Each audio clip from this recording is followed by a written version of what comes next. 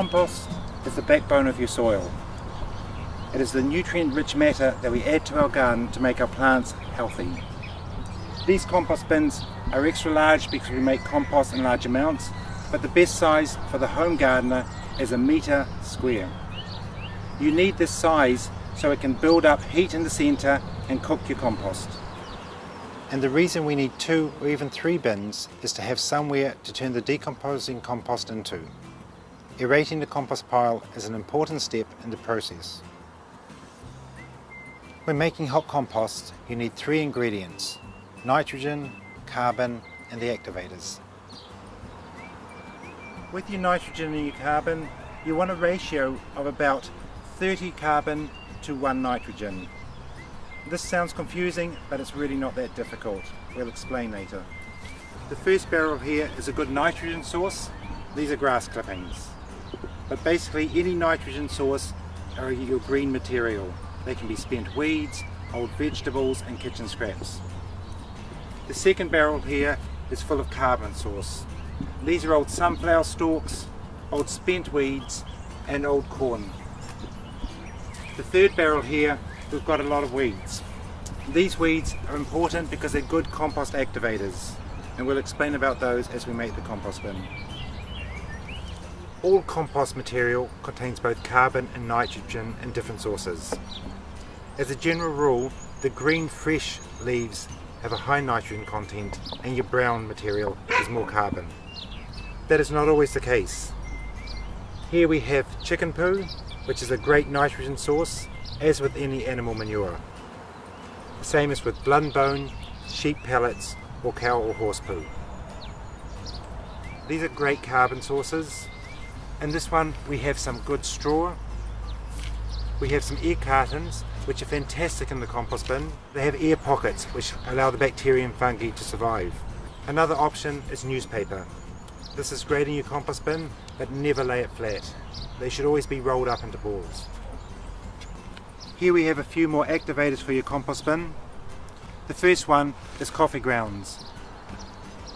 This bucket contains volcanic basalt rock mixed with seaweed and worm castings, and is a fantastic activator because it is full of minerals and is impregnated with bacteria and fungi.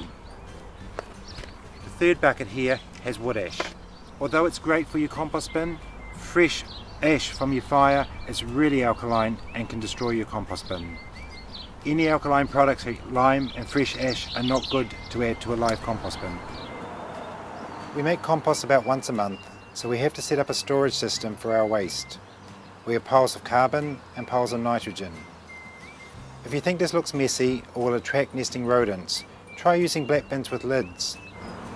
What we've been calling the nitrogen heap is actually a biomass heap, which is made up of old kitchen scraps, weeds in the garden and old vegetables. The biomass is what bulks up the compost bin and makes a good source of compost. If I only layered the carbon and nitrogen sources, it would be very hard to make a tall compost bin. The first thing to do when starting a compost bin is to aerate the soil underneath. A fork is good for this, and it just puts oxygen into the soil and helps the earthworms. We're going to put a layer of carbon down first. The next layer is a nitrogen source. When using the grass clippings, be careful you don't layer it too thickly because it can cause an anaerobic reaction and your compost bin will smell like sulphur. Egg cartons full of carbon follow the layers of nitrogen, on top of which we add some of our biomass.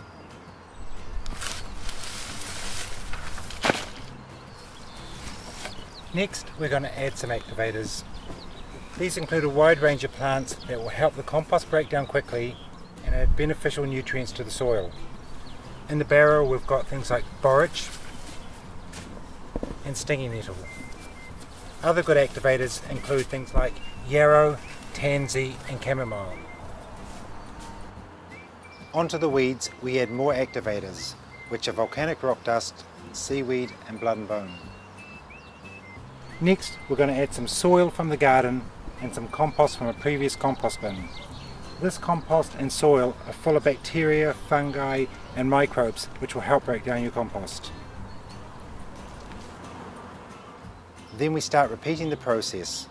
Carbon, followed by biomass and the activators. You might be wondering how we're achieving the 30 parts carbon to 1 part nitrogen. But things like newspaper and air cartons are 100 parts carbon to 1 part nitrogen. Straw and sawdust is 500 parts carbon to 1 part nitrogen. So all up it balances to be about a 30 to 1 ratio.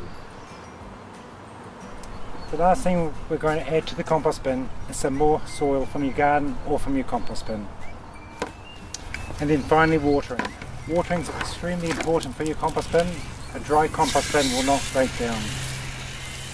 Now that we've finished watering the bin, we can cover it with a piece of tarpaulin. Over the next 48 hours, the temperature inside the compost bin should raise to about 70 degrees. Within a week, it should have broken down at least by half, and then within 2 weeks, it'll be by a third.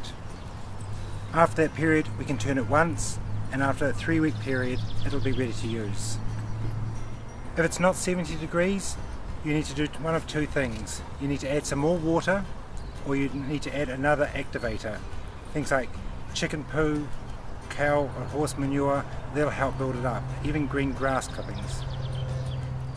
This compost bin is now done. It's broken down into a lovely black compost. Amazing, isn't it?